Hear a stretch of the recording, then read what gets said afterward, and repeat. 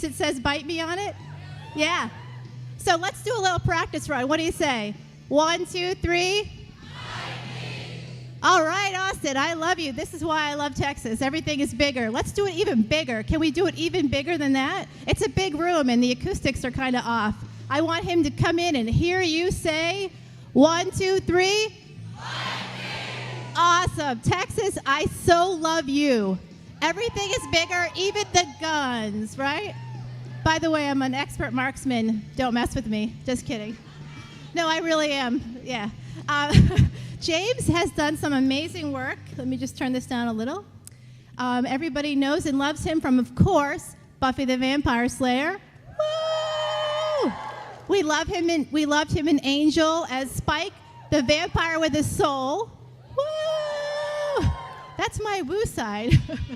Yeah, all right, look at that. Wow, Texas, man, you guys are awesome. So we also love him. Anybody watch him this summer in Warehouse 13? Yeah, wow. Oh, go, Austin, go. You guys are rocking my world right now. You're making my job so easy. Do you also love his music in Ghost of the Robot? Yeah, James is pretty awesome and talented and actually about to come on stage. I am very proud and pleased to introduce you, Austin Wizard World Comic Con, to James Marsters. 1, 2, 3.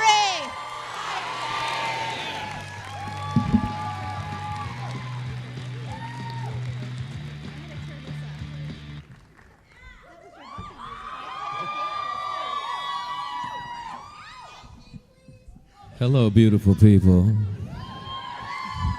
I didn't actually have time to go over the rules yet. I'm so sorry. Oh, yeah, that brings something up. There are no rules. You guys can ask me anything that you want. Try to embarrass me. It doesn't work. I dare you. It really does work. He's talked about threesomes. I mean... I can't, yeah. Oh, man, is it even noon? We're not even going to go there today. It looks like we can't be embarrassed. I don't promise to answer anything that you ask, but if you have something that you think it might be a little too far, but let's keep it as clean as we can. No, we can talk about anything. You just have to use the right words, because I think there are probably some younger people in the house today. Is there anybody below 18 in the house? Okay, hey, so... You have an awesome hat. You're breaking the law. I love you. Awesome. We love that hat. So okay. You can see people are lining up. There's 2 mics in this room, so go ahead and line up if you wish for questions. And other than no hugging and no coming up on stage to touch anybody, I think we are good to go. Okay. Sorry. Everybody was going to do that, too. I think this is a rowdy crowd. All right, we shall start over here, I think, with the lady with the wonderful hat. Hey, Doc. Hello. So yesterday I got an autograph from you, and you mentioned the size of John Barrowman. My follow-up question that I wasn't quite ready to ask at that point was, so how do you measure up? I love you. Just fine.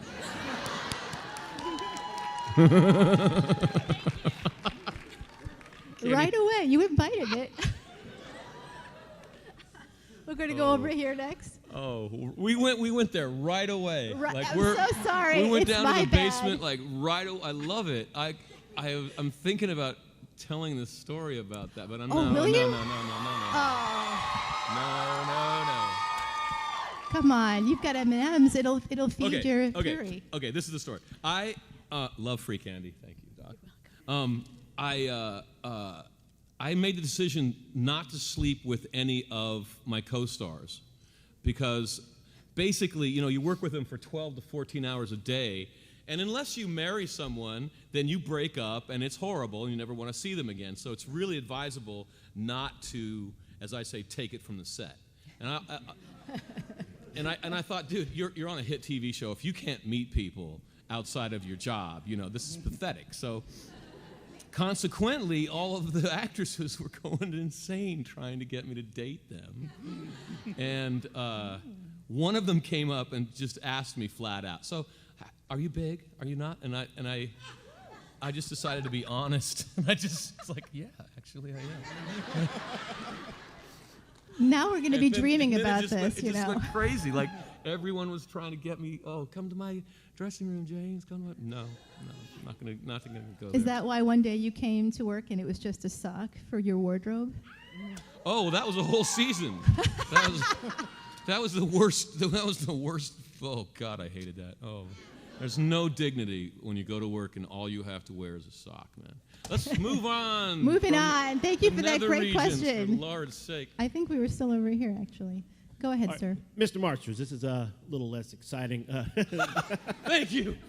I will actually ask you about some of your less known work, the Dresden Files audiobooks. Yeah. Right on. Did the studio approach you, or did maybe your folks approach them? How does something like that come about with your TV shows and everything else you're doing? Yeah, that was the weirdest thing. It was in the middle of Buffy, and I think that Jim, who writes them, he knew that I was a stage actor, and so he just assumed that I would be a good choice to do that. It's great, in my opinion. And I remember when I started reading the first book, I got about 3 hours into the job, and I wanted to run. That is the hardest job in acting, is to sit there for 8 to 10 hours alone in a booth with just a microphone and just tell a story and say every word perfectly. I mean, like, and they'll stop you every 5 seconds. James, you missed the H in that word, or whatever it is. Well, I'm sure I speak for love a it. lot of folks here. You did a bang-up job with it. Thanks, man. I drive the editors insane because most people who read books on tape, they'll go very slowly, right? And I think it's just boring. So what you get, you pop the book on tape in, and you hear, and then Jonathan walked up to the door and put his key in the lock. And I want it to sound like someone is sitting and is excited about this story. Dude, John went up and put his key in the lock and go as fast as possible. But what that means is I make a lot of mistakes. And so they have to edit it, and the editors hate me. But I'm like, you know what? Do your job, man. You have to work harder. All right, yeah. Thank you for that great question and terrific answer. Yeah. Go ahead over here. Hi, I've heard that there's an interesting story about how you got the scar on your forehead. You know, in Buffy and Angel, they kind of factored that into the vamp makeup. Yeah. It's very noticeable. I just want to hear that story. Yeah, I was living in Astoria, Queens. I don't know what Astoria is like now, but back then it was rough. Like, my girlfriend came to visit me. She just got a car for her birthday, a used Volkswagen, and within 40 minutes the car was gone. Just. So yeah, I was walking home through Astoria and just came home. I was working as a bar back at the Hard Rock in New York, and I had $70 in my boot because I wasn't stupid. I was walking through Astoria and I put all cash in my boot, you know. And I had a bag full of. I had a couple comic books in there, and I had some old underwear. I don't know why. Nice. And this dude just comes up, and he had some brass knuckles, and he just cracked me, just bam. And he didn't even say hello or how's your day or anything. He just hit me, and then he said, "Give me your money." And like an idiot, I said, "F you." And I thought that I was going to walk away all manly after saying that, and I just but I was like in shock, and I just got really cracked. So I was like dazed, and I was like stumbling, "Fuck you." And then his friends come by, and they just circle me, and they just have a party on me. And yeah, it was horrible. And so I dropped the bag and ran. and they went for the bag because they thought, all the good stuff was in the bag, and all they got was a couple comic books and some dirty underwear. And then I went to the emergency room in Queens, and the cop beat me up. Oh my God. Because cops used to hate me. God, I don't know. It's like if you have a couple bad experiences with cops. I had a cop beat me up all the time when I lived in Hell's Kitchen. I would go to Times Square and just look at all of the nasty stuff. I had no money, but I would like to look at the posters of the pretty girls and the naked women and everything.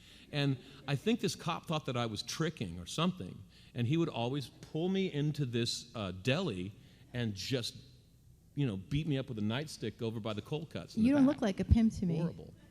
No. I think he thought I was a prostitute. Oh my. I don't know why. Whatever reason he thought that I shouldn't be there or whatever it was. You were too pretty. That's yeah, really. So the cop, because I was in leather, and boots, and and so I was really hurt pretty severely, and my eye was all closed up, and the cop was just like, "Get out of here! This emergency room is for people, like for human beings, you animal." Yeah. But I stayed, and they stitched me up, and it was all good. Jeez. I have never heard that story before, so that's something new. My God. Yeah, Wow. and then when I got on Buffy, Todd McIntosh was the makeup artist. He's the only one to have won an Emmy off of Buffy, and he is a freak. That dude would right after lunch he would have these reference photos. He goes, and he'd be like, "James, I just found another awesome photograph," and it's like burn victim, or someone that, like the most horrific photographs. But he has a full-sized body in his living room of like a charred human skeleton with flesh hanging off, and they're praying, and that's what like his decoration for his home. The guy's like, right. So I asked him, I was like, I've got a scar here. Most of the times they kind of fill that in. Oh, it's on this side. They kind of fill that in. You might want to just fill that in. He's like, "Oh no, James," and he cut back my eyebrow hair so that we could see the scar, and like it became like a thing. Because he went right for all that. Anyway. Well, that was good for Spike, actually, right? Yeah. It was perfect. Go ahead, sir. Your question. That was my question. Oh, that was your question. I'm over here then. Thank you for that great question. Yeah. I've lost track. Well, I'm sorry to repeat the question or rehash it, but I wanted to reemphasize how wonderful your work with Dresden Files audiobooks are. Oh. I really appreciate your voice acting and how much work goes into it. Thank you. Yeah. Thank you. And I think that Jim said that there's 21, 24 books in his head. Yeah, He's not stopping anytime soon. It's going to keep going. I love those books because with every book, Dresden Harry gets a little more powerful, but the world around him gets infinitely more complicated and messed up. So he's always just completely overwhelmed by events. I love that. I love how they're able to pick the stakes up with each book, and it doesn't get cheesy. It just gets more and more serious and cool. Yeah. It's appreciated. Thank you. Thank you. Thank you so much. Wow, awesome. Oh, here's your hat. Favorite Hey, hat. cutie. Hi. I think she's speechless. Yes, I am. Okay. This is more of a PGG, considering all the questions that have been asked. So. Oh, are you going to try to embarrass me?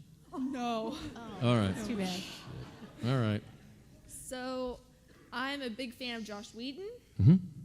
And so, what was it like working on a Joss Whedon production of Buffy?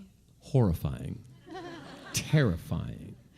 Normally with a television show, if you film the pilot, you basically know what your job is week to week. Because with most television shows, they basically tell the same story over and over again. With a movie, you can read the script beforehand and decide if you want to do that or have that done to you. And sometimes I'll read a script and I'm like, you know what, I don't want to go there right now. No, I pass. But with Joss, there's no safety at all. You don't know, you're contracted for 7 years and you have to do anything that guy tells you to do. But you have no idea what it's going to be week to week.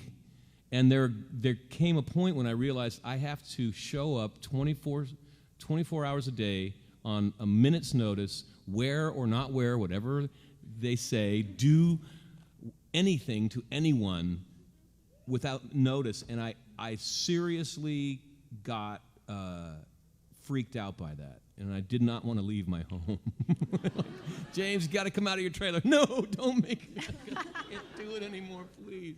But really, in hindsight, that's exactly artistically where you want to be. You want to be horrified. You don't want to be comfortable if you're doing art. You want to be out of your comfort zone, and believe me, I was way outside my comfort zone most of the time. Yeah. Thank you so much. Great question. Thank you. You're welcome. Great answer, too. Ooh, oh my goodness, good costume over here. Wow. Thank you. I was wondering how different you thought Spike's journey would have been if Buffy had never been brought back at the beginning of season 6. Good question. Thank you. Yeah. Huh.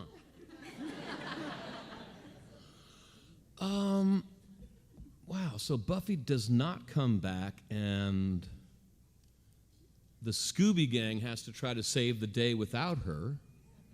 So Spike would probably try to be a hero, but he wasn't ready yet. He would have screwed it up. It would have been horrible for him, actually. So do I have a soul yet? Is Spike still soulless? Yeah. Yeah, okay. Yeah, I think I would have tried to be a hero, but just failed at it. And then I would probably get angry and give up on the whole idea and just go full on evil again. If Buffy's not around, then Spike's evil. Like Spike cared about Buffy and, by extension, her sister, Dawn. But the rest of them, they could live or die. I didn't care about them. I remember Xander was hurt in the corner for some reason, and the rest of the cast are all around him caring so much about Xander being hurt, and I'm just over in the corner going.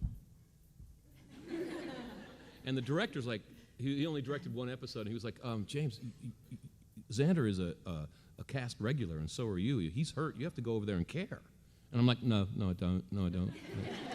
I don't care about it. You can live or die. I don't care at all. He was so confused. I was like, go talk to Joss, man. This is true. Thank you. You're welcome. Wow, so great. Thank you so much. Go ahead. I'm a big Torchwood fan, so I freaking love Torchwood. I thought your character was freaking awesome in Torchwood. And so, how did it feel like to work with John Barrowman? It was awesome. John is a freak. I thought that I was an energetic man. I'm the most energetic. Everyone else is tired. I'm like, come on, guys, let's go. You know.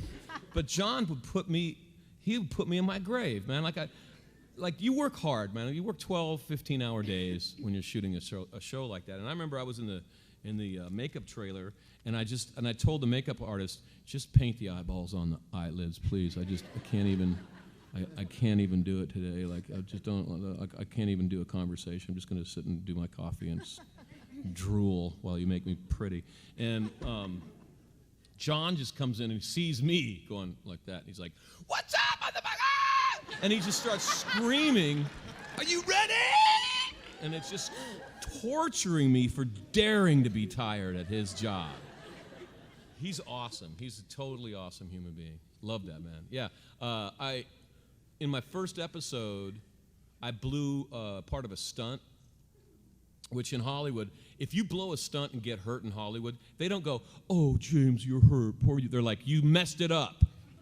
There's no pity at all. And so I didn't want to tell anybody that I blew the stunt, but I had a pretty bad cut on my leg. And so I didn't go to the doctor. I just wrapped it up with duct tape. Just try to seal it up and get through the shoot.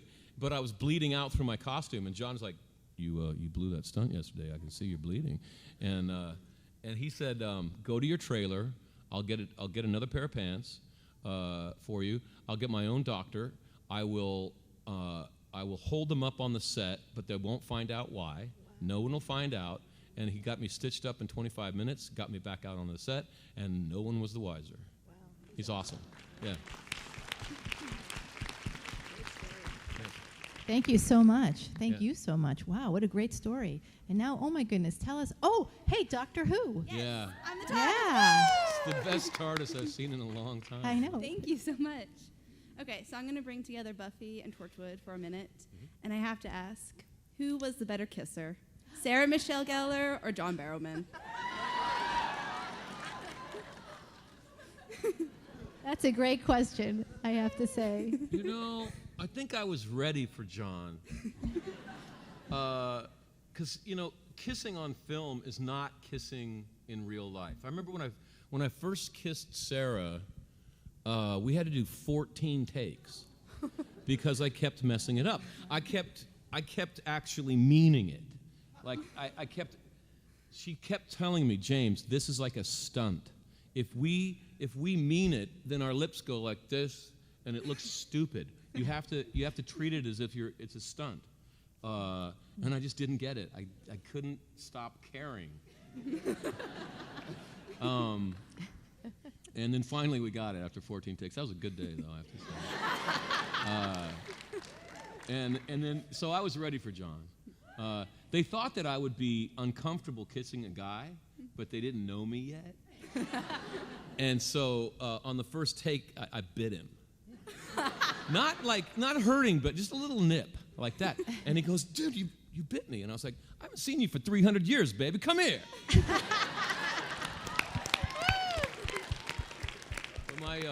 my fiance directed that kiss between John and I. Jasmine was on a bar stool 5 feet away, and we would kiss each other, and then we would ask, how was that? And she'd be like, oh, that was good.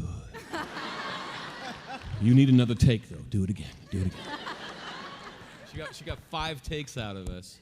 And normally in television, if you do 2 takes that are printable, you move on because you're always in a hurry. But the director was just laughing. He was off his chair on the floor going, go, do it again. Do it again.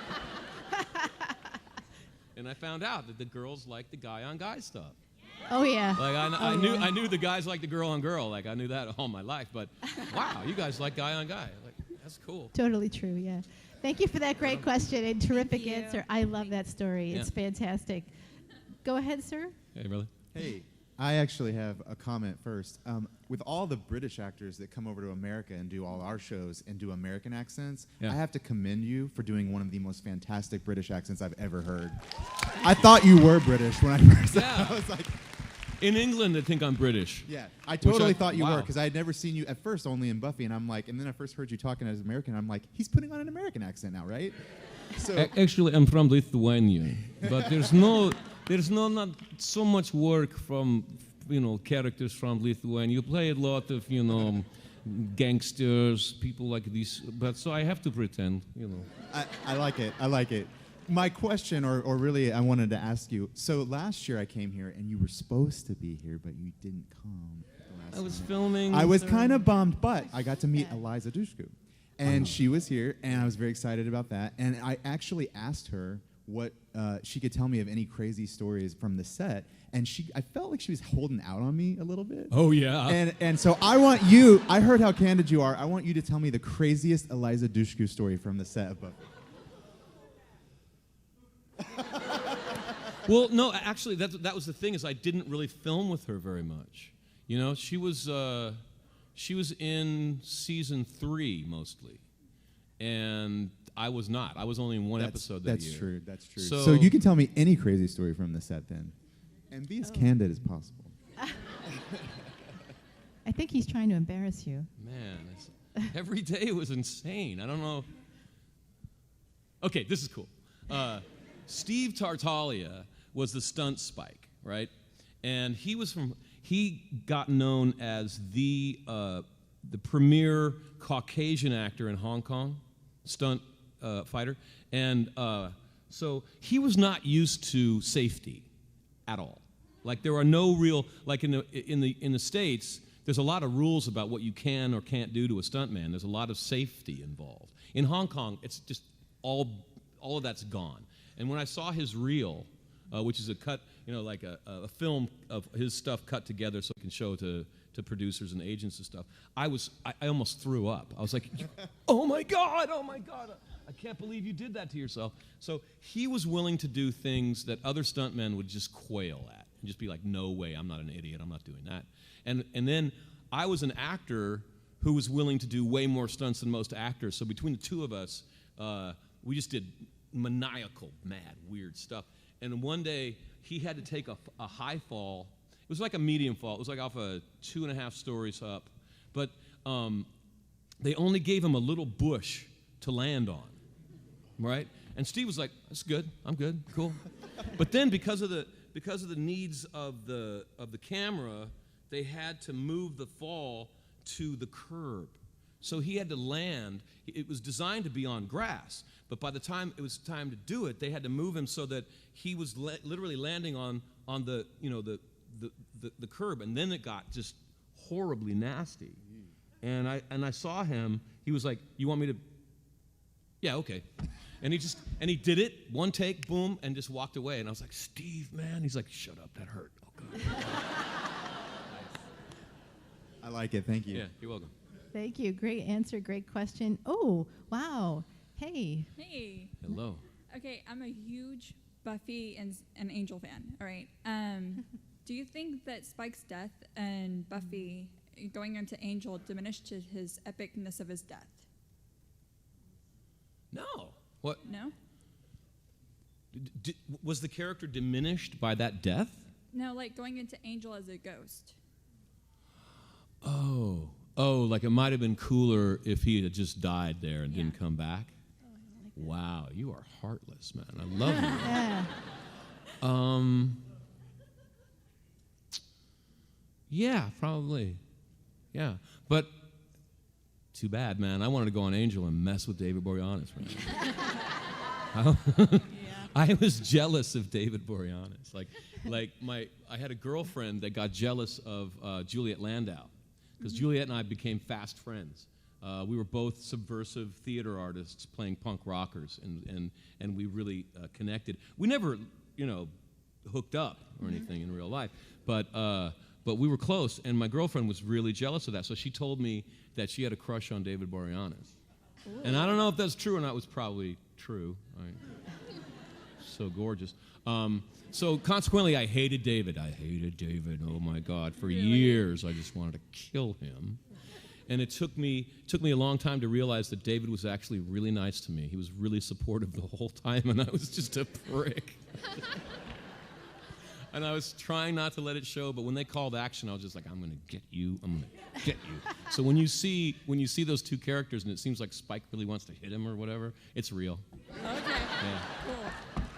Yeah. All right. Thank you. You're welcome. Thank you so much. Great question and great answer. Oh, hey. Hi. Doctor Who. Yeah. So I don't know if you saw recently, but BuzzFeed put up a list of all of the Buffy episodes ranked worst to best. And Sarah Michelle Gellar put in her opinion on Twitter about some of the episodes that she thought should have been ranked higher.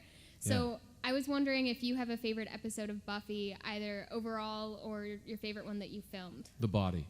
The Body? Yeah. I remember Joss came and he apologized that I wasn't in that episode, and I was like, dude, Spike doesn't want to be within 20 miles of this script. He has nothing to do with this story. This is awesome. And I got the week off. So. Great episode. Thanks. Have fun, guys. I'm going to bed. We were known as Buffy the Weekend Slayer. Because there's literally people that would not come to work on Buffy because we work too hard. Like normally on a TV show, you work 12 hours and they cut it because you have to start paying the crew golden time, like time and a half, or double their pay after 12 hours. But with Joss just didn't care. He's like, I'll find the money, get the shots. And we would start work at 4:30 in the morning on Monday, and we would only end our week when the sun came up Saturday morning.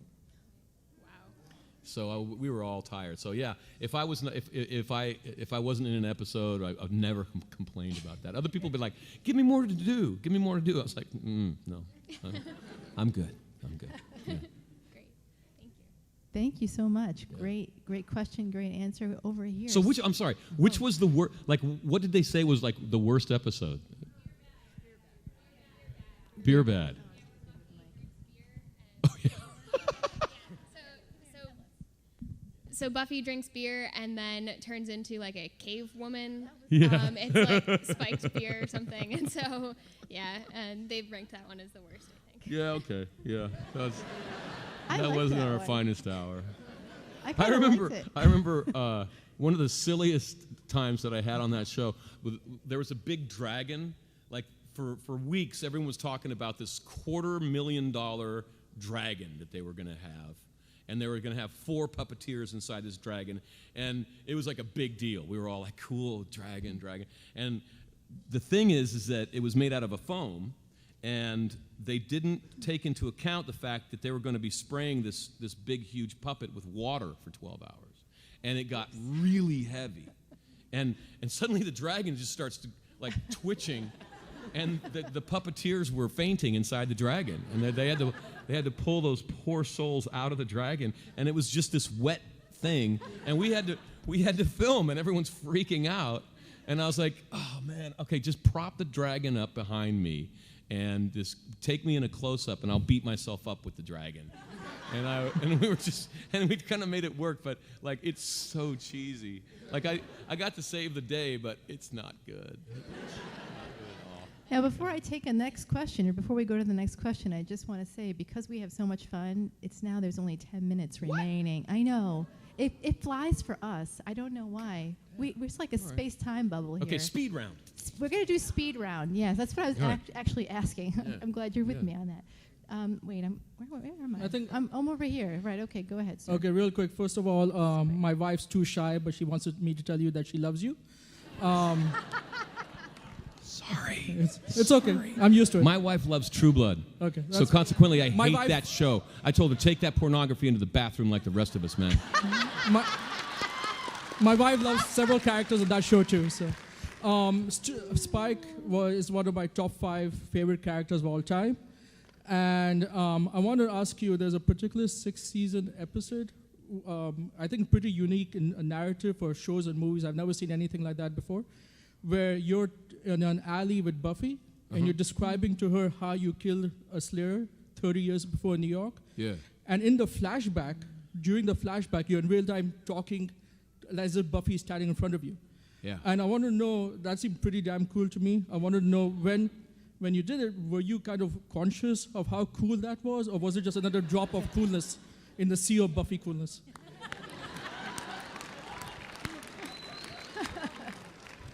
The thing is, if you concentrate on if you're cool or not, you start posing, trying to look cool. And at that point, you're a poser. So it was my job just to care about everything that I did, be passionate about it, and then trust that they are going to make me look cool. But I was really trying not to concentrate on that. In fact, most of the time when I was playing Spike, I felt like a loser. I felt like a bum. I felt like a alley trash. Like worthless. Well, that makes us all so sad. Well, that's a villain, man. Like, a villain does not have a great self-esteem. That's why they're a villain, you know. So the truth of it was, I really felt not so great about myself most of the time. But that scene was awesome because for that Slayer they hired a stunt woman because she didn't have much dialogue. So she was so deadly. Oh my God! And we just beat the heck out of each other. But that set was one of the hardest ones I've ever done a fight scene on because it was like a real New York subway car, and so there was all sorts of bolts and rivets and hard edges all over the place. She didn't get hurt. She's a professional. I slammed into stuff all the time. Yeah. Sweet, thanks. Yeah. Thank you so much. Right over here, sir. Hi. So I started watching Buffy in about middle school, and it was basically a great excuse for me to watch sexy women kicking ass. Yeah. What I'd like to know is, in your opinion, who was the sexiest female character on Buffy?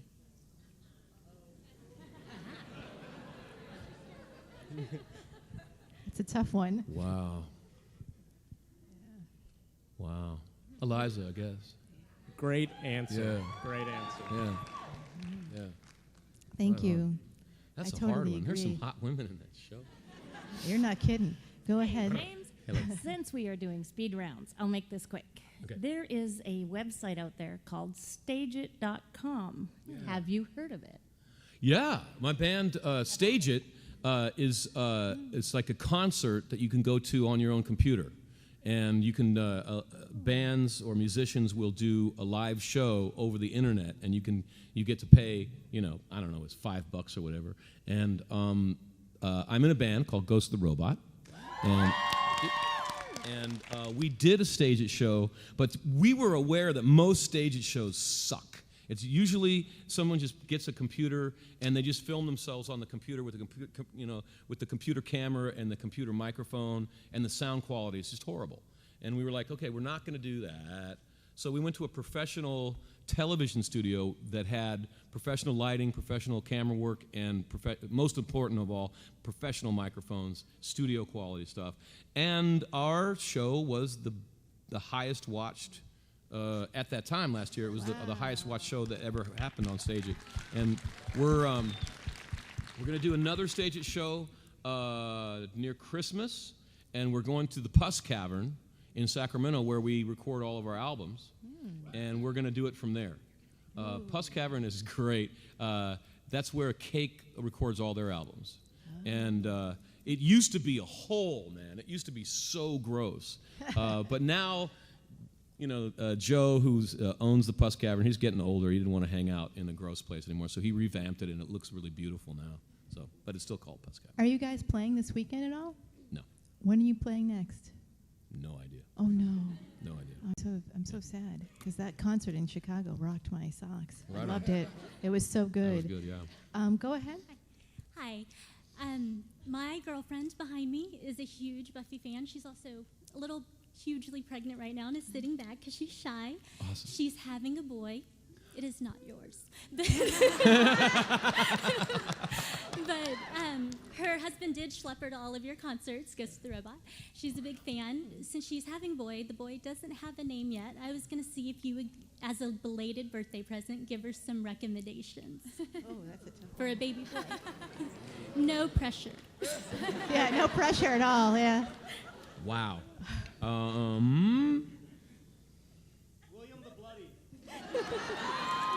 William's my husband's I have a name. son, and I wanted to name him Jack.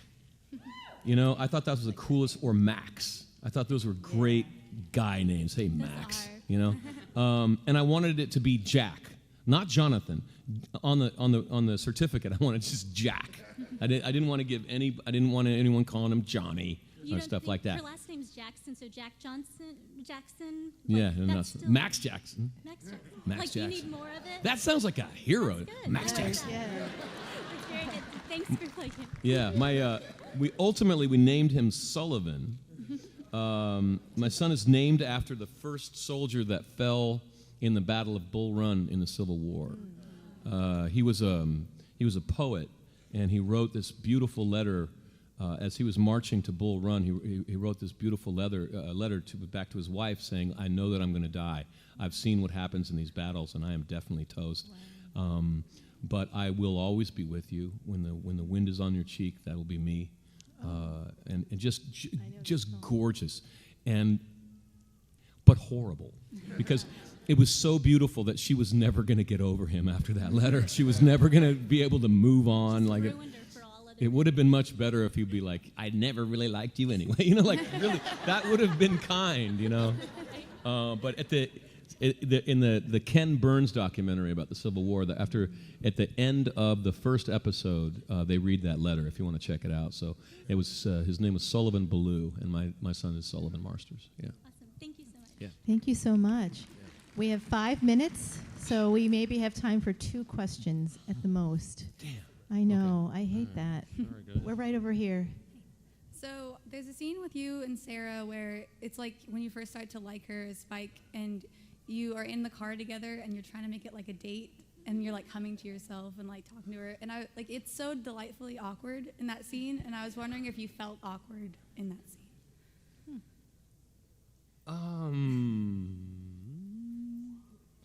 Like first date awkward. No, I mean it was delicious. Like between the words action and cut, that was heaven. Yeah. I was just waiting for that magical word, action, when everyone else has to shut up and let me go. Because everyone's talking on a set all the time. They're all working together, and then they say that magical word, and there's this beautiful silence where everyone's even breathing carefully because the microphones will pick everything up. So it goes from a complete chaos to like church, you know. So I love that word because like you have to be so polite to the lead in Hollywood. Like whoever the lead actor is, everyone's very deferential to make sure that they don't get upset. And Sarah was a nice person, but just politically, you're forced to be oh so kind to Sarah. But when they say action, she's mine, and I get to mess with Sarah and try to mess her up. So I love that. I love that whenever they said that word. Thank you. Thank you so much. Right over here. Hi. Hello. Hello. So, as a fan of you as an actor versus the character, I like to, across series, shows, kind of try to see if there are snippets of James in there. Yeah. And I can tell you from my favorites, like the Supernatural episode, love it, love it, love it. And there are a couple that I really didn't like the rape episode, right? Hate that episode. There's just a lot of facial, and she kind of touched on the question. Really, I want to say, where do we really see, are there any episodes that really kind of touched you, resonated with you as this is truly how I would act, my personality, that type of thing, like the snippets of you? It's all me.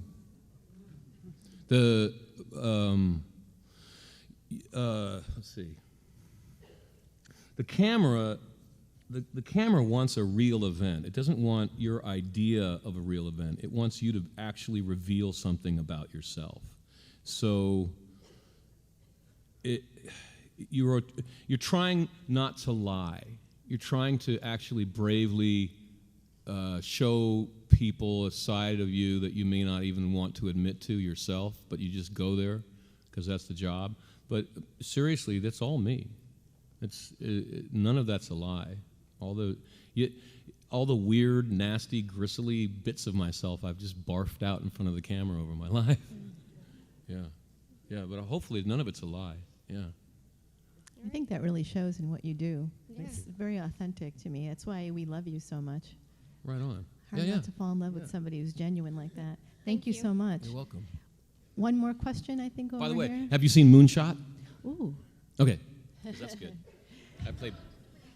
Yeah, but Buzz Aldrin. I got to play Buzz Aldrin. I'm the only person to play Buzz Aldrin as a lead in the world. And Buzz saw it, and he thought it was good. He was like, "That dude is good." They told me Buzz was the rock star of the mission. You got to play him like a rock star. And I was like, "Okay, right on." One last question, and I'm so sorry. I really am. I know. But go. If you haven't seen Moonshot, go to iTunes. You can rent it. Andrew Lincoln from Walking Dead plays Michael Collins, the third astronaut, and he's doing a very subtle Christopher Walken impersonation for his American accent. And I caught him, and I was like, "Dude, are you doing Chris Walken?" He's like, "Oh, you caught me. Oh God, no." But he was just doing it. He was just doing it to please himself. Like it was like an in joke for only him. Very subtle, yeah. Oh, thank God. Okay. So I got a photo with you yesterday, and I'm so glad to know that you're cool. And I didn't have enough for a signature, so I just stood outside your booth, and I think I creeped you out. And I'm sorry. But you're so cool. And I was just wondering, because Giles you're my favorite character in Buffy, but Giles is my second favorite character, and one of my favorite things about it is your relationship with Giles and how much you just hate each other. Yeah. And I was wondering how you two get along in like real life, you and Anthony Head. He's great question. He's my favorite actor on that show. Like I learned most of what I know about film acting from him. Like because I came from stage, so I was kind of too big all the time.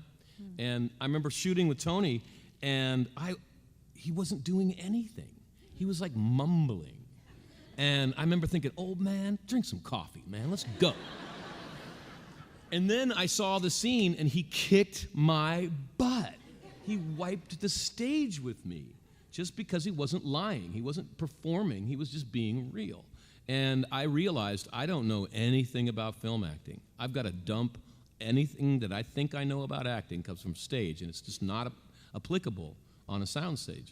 And so I would set up an Apple box, which is just a box, and sit on that when Tony was filming. Even if I had the day off, sometimes I'd come in to watch Tony work and just take notes.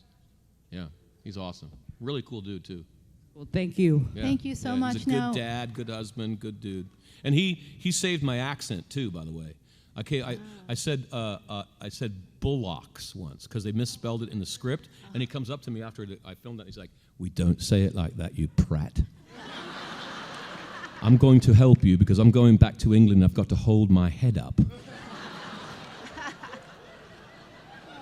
So he would like forego lunch, and we'd go over my script every week, and word by word, he would make sure that I had the accent right because it wasn't so good in the beginning. Yeah, he saved me. Fantastic stories. I love it. You are one of my favorite guests. Now, audience, before you leave, James, tell us where you're going to be for the rest of the day tomorrow and anything new coming out. I'm going to be here, man. I'm going to be signing autographs, taking pictures with people, shaking hands, sitting on my butt, waving a pen, and being nice to people. Yeah. Awesome. Anything new coming out that we can look for? I think I'm doing a French television series called Metal Hurlant, which is, in English, it's heavy metal, which is a really cool comic book and a really cool movie back in the 80s. Oh, yeah. It's like the Twilight Zone. It's like really good characters, horrible ending for everybody involved. And it's all episodic. I've done 2 of them. The first one that I did was about an 18-year-old girl that wakes up in a bomb shelter, and her next-door neighbor is down there with her, and it's played by me. And he says, World War III has started. The missiles have already been fired. I happen to have a bomb shelter, but I didn't have time to tell you all this before, so I just knocked you over the head and dragged you down in here. Don't open the front door. And she's got to figure out if he's lying or not. It's so sick. And the ending is so horrible. It's so, oh, God. But that is probably going to be on the Sci-Fi Channel next year. Oh, it's a huge hit all over Europe, and they're really good. They're all in English. You'd never know that it was produced by French people. It's all English. But yeah, that's what I'm doing. Awesome. We look forward to that. You are one of my favorite guests. I just so love you. Thank you, audience, and thank you, James. Right on.